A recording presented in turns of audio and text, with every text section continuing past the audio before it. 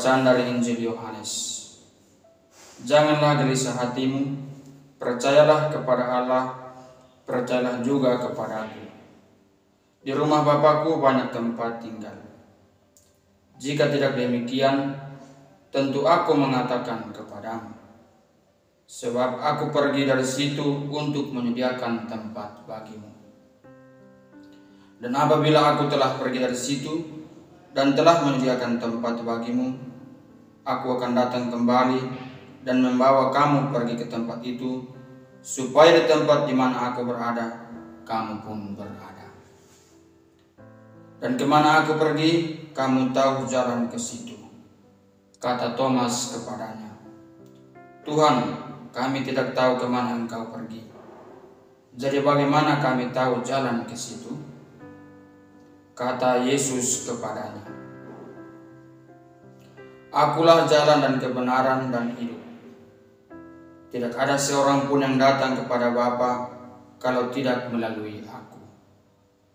Sekiranya kamu mengenal aku, pasti kamu juga mengenal Bapa-Ku. Sekarang ini kamu mengenal Dia dan kamu telah melihat Dia. Kata Filipus kepadanya, Tuhan, tunjukkanlah kepada kami. Itu sudah cukup bagi kami.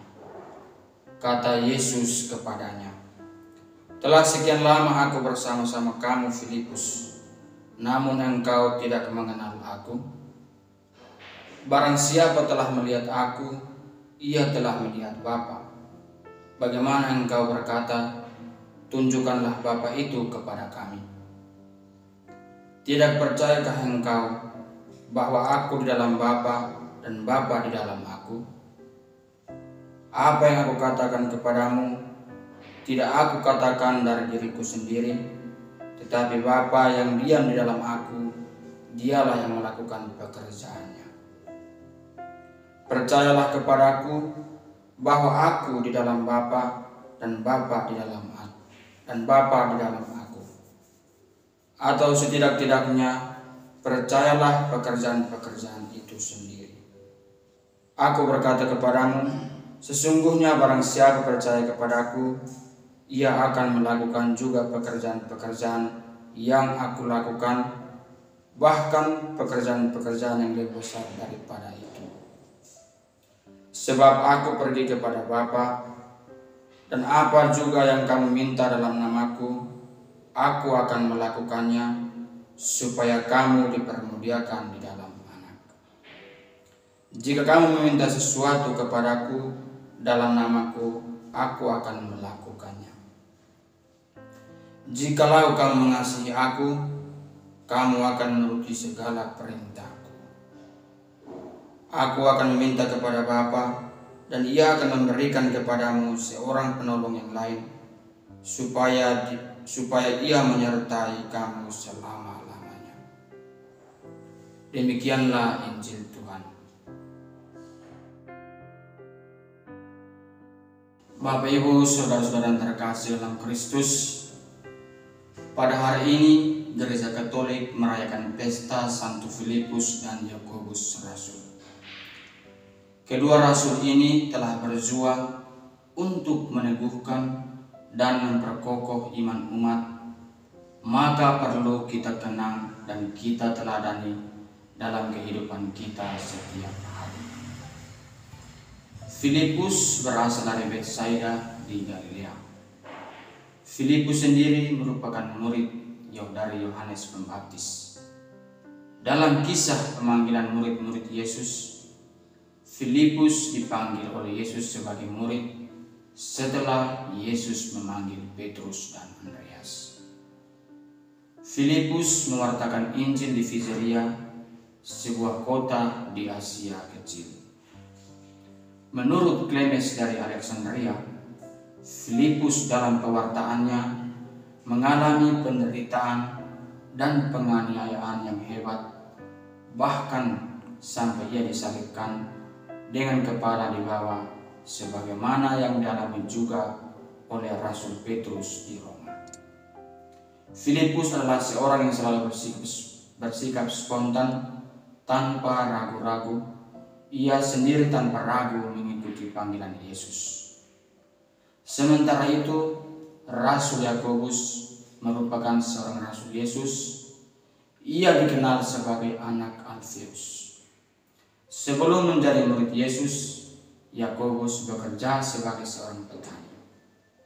Ketika para rasul berpencar untuk mewartakan peristiwa kebangkitan Tuhan, Yakobus tetap tinggal di Yerusalem dan menjadi uskup pertama di Yerusalem.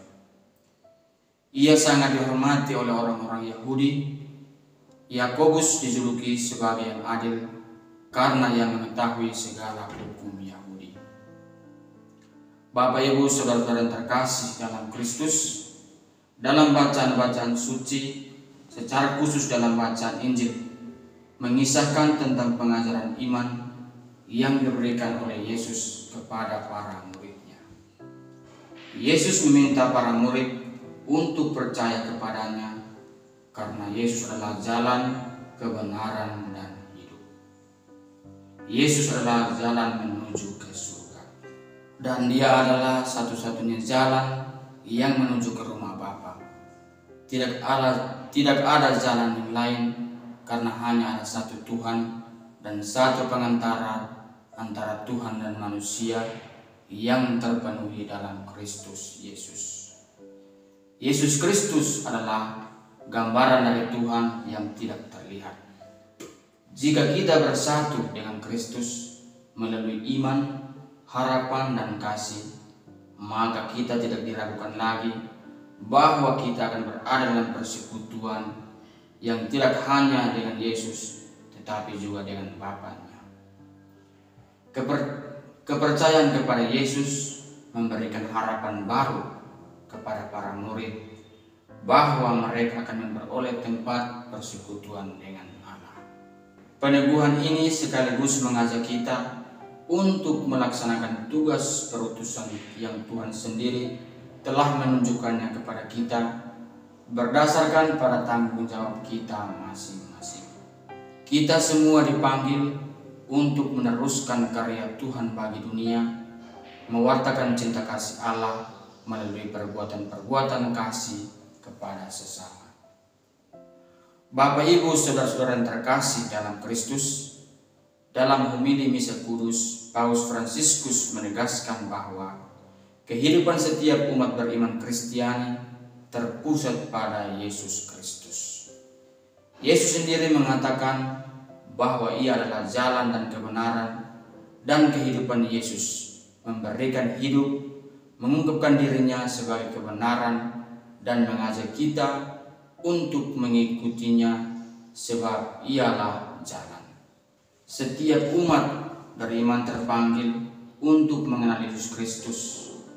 Pengenalan akan Kristus membutuhkan sebuah proses dalam perjalanan hidup kita setiap hari.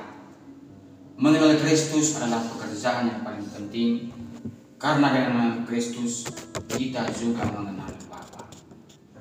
Proses mengenal Kristus dapat terjadi dengan mempelajari iman gereja melalui buku iman gereja. Pengetahuan akan iman gereja perlu dilengkapi dengan 3 pintu, dan yang perlu kita buka yakni doa, perayaan sakramental, dan mengkonformasikan hidup kita kepada Kristus.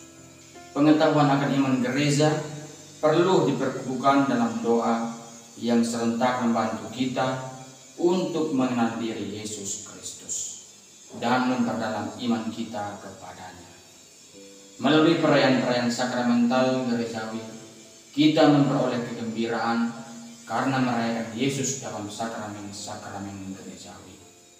Dalam sakramen-sakramen, Yesus memberi kita kehidupan, memelihara kita, menghibur kita, dan memberi kita misi. Tanpa perayaan sakramen, kita tidak sampai kepada Yesus. Misi atau amanat agung yang kita peroleh dalam sakramen-sakramen gereja membawa kita kepada kesadaran untuk menjadikan Yesus sebagai tolak ukur hidup kita. Semoga Tuhan memberkati kita dan melindungi hidup kita. Amin.